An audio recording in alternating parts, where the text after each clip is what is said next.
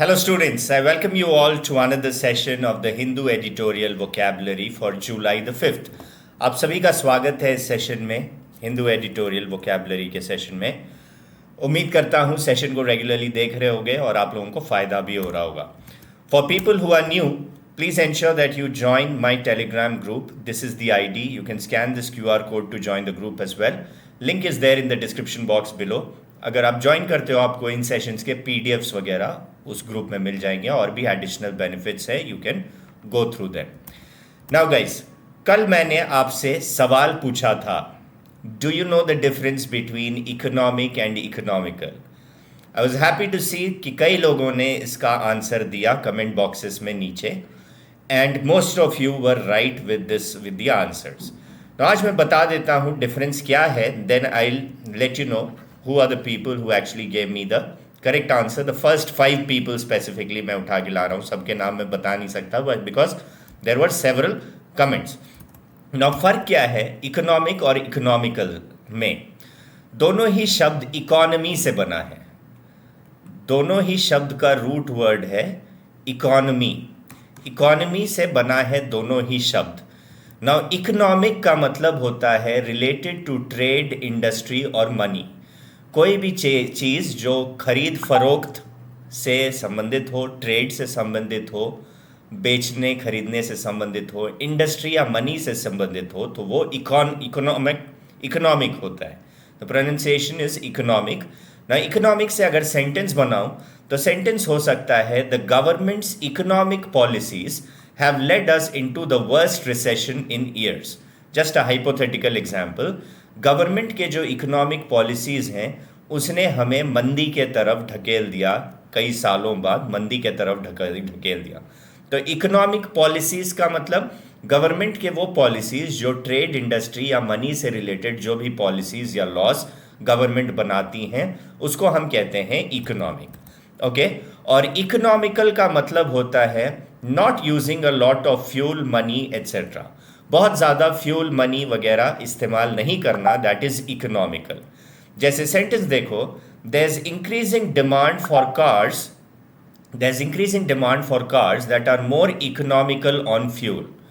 ज़्यादा डिमांड है उन गाड़ियों की जो फ्यूल बहुत कम यूज़ करती हैं, इकोनॉमिकली यूज़ करती हैं। हिंदी में समझो तो इकोनॉमिकल का मतलब बचा के यूज़ करना। If you really want to save a lot of money for the future, you have to start becoming economical. अगर आप फ्यूचर के लिए पैसे काफ़ी बचाना चाहते हो तो आपको इकोनॉमिकल होना ज़रूरी है अभी से। So that's the meaning. So कई लोगों ने इसके सही आंसर्स दिए, well done. मैं कुछ लोगों के नाम लेता हूँ, ये CAPF, AC, I don't know what the name is.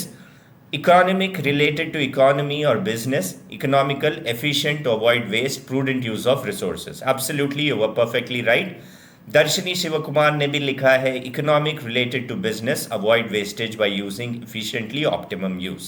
ज़्यादा खर्चीला तरीके से यूज़ न करना, बचा के यूज़ करना। रुचि ने लिखा economic relating to economy और thrifty। नहीं, thrifty नहीं हो सकता। रुचि, आपका आंसर थ्रिफ्टी में गलत है। Related to economy is economic, related to trade, business. Economical होगा थ्रिफ्टी। ये जो थ्रिफ्टी आपने लिखा है वो इकोनॉमिकल में होना चाहिए, ठीक है। निशान ने लिखा है economic related to business, okay. Economical, frugal, low cost, बिल्कुल सही। इकोनॉमिक, फाइनेंशियल, इकोनॉमिक, फ्रूगल, इति ने लिखा है, you're also right. So first 5 people जिन्होंने आंसर्स दिया उनके नेम्स मैंने यहाँ पे डिस्प्ले कर दिए। तो ऐसे मैं रेगुलरली नए वर्ड्स देते जाऊँगा, सिमिलर वर्ड्स। डिफरेंस इसके कमेंट बॉक्सेस में लिखते चलिएगा सभी लोग डेली बेसिस पे। आज के कौन से वर्ड्स हैं मैं पहले डिस्कस करूँगा। पहले मैं हिंदू वोकैब डिस्कस कर लूँ, उसके बाद उन वर्ड्स पे चलेंगे। Now first word for the day is intrigue. Intrigue आपका नाउन है which means a secret plan to do something, especially something that will harm another person. Intrigue का मतलब होता है a secret plan. हिंदी में कहो तो साजिश, ऐसी कोई साजिश बनाना जिससे किसी का नुकसान हो, that is intrigue। जब वर्ब के तरह नाउन के तरह इस्तेमाल करते हो तो। सेंटेंस था, in a dramatic finale to political intrigues that had gone on for months, National Congress Party NCP leader Ajit Pawar has had splintered away. Splintered मतलब separate करके अलग हो जाना. That is splintered. Splintered away from his uncle and NCP patriarch Sharad Pawar to finally join hands with the Bharatiya Janata Party in Maharashtra. Again, latest development या latest news में आप देख रहे होंगे कि एनसीपी से अजीत पवार जो हैं और उनके कुछ एनसीपी के एमएलए जो हैं उन्होंने बीजेपी में जाके वे शामिल हो गए हैं. यह आपका लेटेस्ट न्यूज़ था. उसके बारे में आर्टिकल था कि एक ड्रामेटिक फिनाले था पॉलिटिकल, ऐसा एक सीक्रेट प्लानिंग, ऐसा लगता है कई महीनों से ये प्लानिंग चल रहा था नुकसान पहुंचाने के लिए, एनसीपी को नुकसान पहुंचाने के लिए बीजेपी के द्वारा. और अब ये जो प्लान है वो सक्सेसफुल हो गया जब एनसीपी लीडर अजीत पवार छोड़ के एनसीपी पार्टी को अपने साथ कुछ एमएलएस को ले गए बीजेपी में जाके ज्वाइन करने के लिए. यहाँ पे शरद पवार को पैट्रियार्क कहा जा रहा है, वो आगे मैं डिस्कस करूंगा. Patriarch is a male person who is considered the leader of a group. ना इंट्रीग के सिनोनिम्स हो सकते हैं कॉन्स्पिरेसी, प्लॉट, मैकिनेशन और स्कीम. सभी का मतलब होता है an evil plan or secret plan to do something in order to harm someone or something. किसी को नुकसान पहुंचाने के लिए कोई सीक्रेट प्लान बनाना, हिंदी में साजिश बोलते हो इसे. एंटोनिम्स हो जाएंगे इंट्रीग के ऑनेस्ट, ट्रूथफुलनेस, ऑनेस्टी बोलो तो बेटर है, ऑनेस्टी, ट्रूथफुलनेस, कैंडर और फ्रैंकनेस, किसी प्रकार का साजिश न करना. तो these are the antonyms for the word intrigue. अगला वर्ड जो लेके आया हूं that is meltdown. Meltdown एक नाउन है which means a disastrous collapse or breakdown. A disastrous collapse or breakdown, पूरी तरीके से बिखर जाना, टूट जाना, that's a meltdown. So meltdown आप समझ सकते हो कहाँ पे यूज़ किया गया है. जैसे ही एनसीपी में अजीत पवार एनसीपी से छोड़ के कई सारे एमएलएस के साथ चले गए तो एनसीपी पार्टी का मेल्टडाउन हो गया. हिंदी में एक विनाशकारी पतन या टूटना, दैट इज मेल्टडाउन. सेंटेंस था The meltdown in the NCP leaves several leaders in the middle territory between the uncle and the nephew. ये जो टूट या फूट पड़ गया एनसीपी के अंदर, कोलैप्स हो गया जो एनसीपी में, कई सारे जो लीडर्स हैं वो बीच मझधार में खड़े हुए. अंकल और नेफ्यू के बीच में उन्हें समझ नहीं आ रहा था किसके तरफ जाना चाहिए. So several leaders were in the middle territory, बीच मझधार में रह गए, ऐसा फील हुआ कई सारे लीडर्स को. मेल्टडाउन के सिनोनिम्स हो सकते हैं डिसअपॉइंटमेंट, कोलैप्स, डिजास्टर और डिबाकल. कोई चीज़ पूरी तरीके से बिखर जाना, टूट जाना, फूट पड़ जाना. So disappointment, collapse, disaster, debacle synonyms हो सकते हैं. एंटोनिम्स इसके हो सकते हैं विंडफॉल, मैना और गॉड सेंड. एक प्रकार का बेनिफिट होना, किसी प्रकार का लाभ होना, किसी प्रकार की अच्छी घटना घटना. तो दैट इज विंडफॉल, मैना और गॉड सेंड, ये एंटोनिम्स हो सकते हैं मेल्टडाउन के. ओके, तीसरा वर्ड जो लेके आया हूं दैट इज पैट्रियार्क. अभी कुछ देर पहले ही डिस्कस किया था मैंने. पैट्रियार्क, पैट्री शब्द से बना है और आर्क शब्द से बना है. पैट्री का मतलब होता है फादर और आर्क का मतलब होता है चीफ या मुख्य. किसी भी शब्द में आर्क आए तो इसका मतलब चीफ या मेन से रिलेटेड होता है. तो पैट्रियार्क इज अ मैन और a male person who is the head of a family और अ सोशल ग्रुप. कोई भी मैन और a male person who is the head of a family और a social group.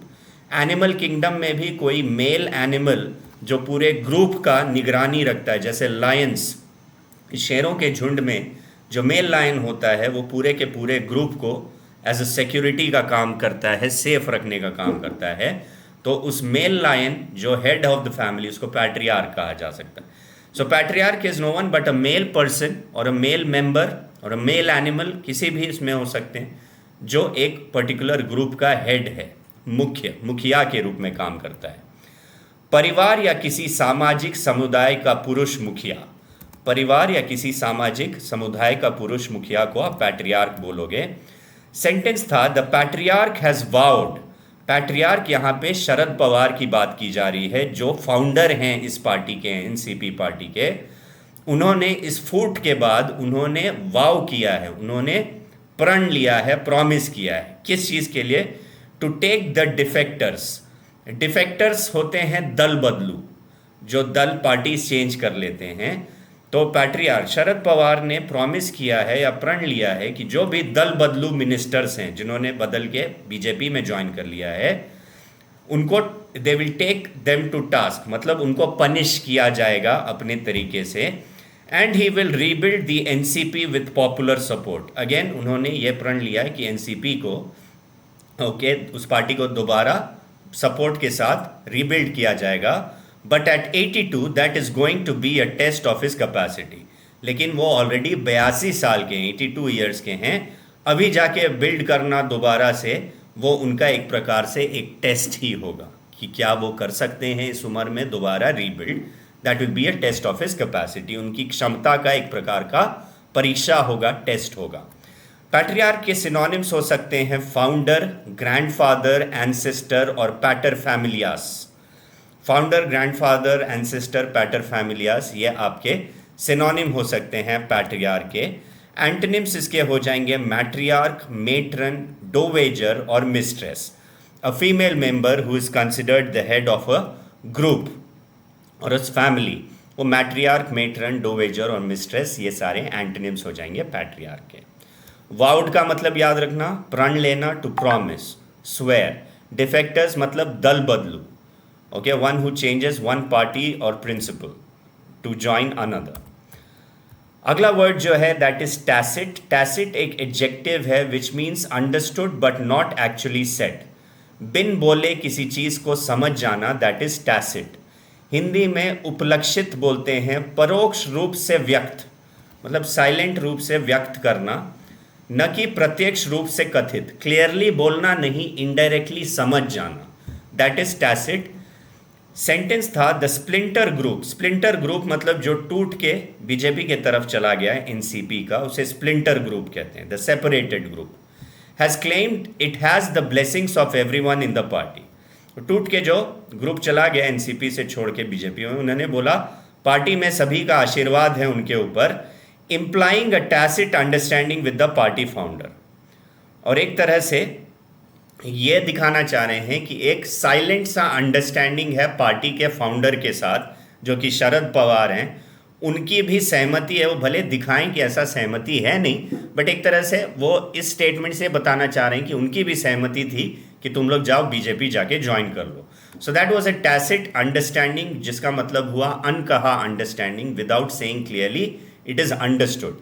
Now tacit के synonym हो सकते हैं इम्प्लिसिट, इम्प्लाइड, अनस्पोकन और अज्यूम्ड। जो चीज़ बिना बताए समझा जा सकता है, that is implicit, implied, unspoken और अज्यूम्ड, ये सारे सिनोनिम्स हो जाएंगे।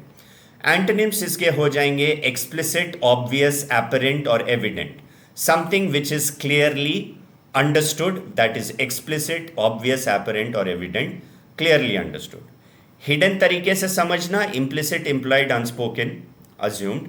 क्लियर तरीके से समझना, एक्सप्लिसिट, ऑब्वियस, एपरेंट और एविडेंट, यह एंटोनिम्स हो जाएंगे। Alright, and the fifth word of the day is bandwagon. Bandwagon एक नाउन है जिसका मतलब है it is used in reference to an activity, cause etcetera that is currently fashionable और popular and attracting increasing support. Bandwagon ऐसे किसी activity या cause के लिए लिखा जाता है जो अभी प्रेजेंट में काफ़ी पॉपुलर है और भी और लोग उसे सपोर्ट कर रहे हैं और ज्वाइन करते जा रहे हैं, दैट इज बैंडवैगन। हिंदी में किसी गतिविधि, कारण आदि के संदर्भ में उपयोग किया जाता है जो वर्तमान में फैशनेबल या लोकप्रिय है और बढ़ते समर्थन को आकर्षित कर रहा है। ओके, बहुत लोकप्रिय है, बहुत ही फेमस है और लोग और भी बढ़ चढ़ के उसको सपोर्ट कर रहे हैं, तो people are joining the bandwagon, ये मतलब हुआ।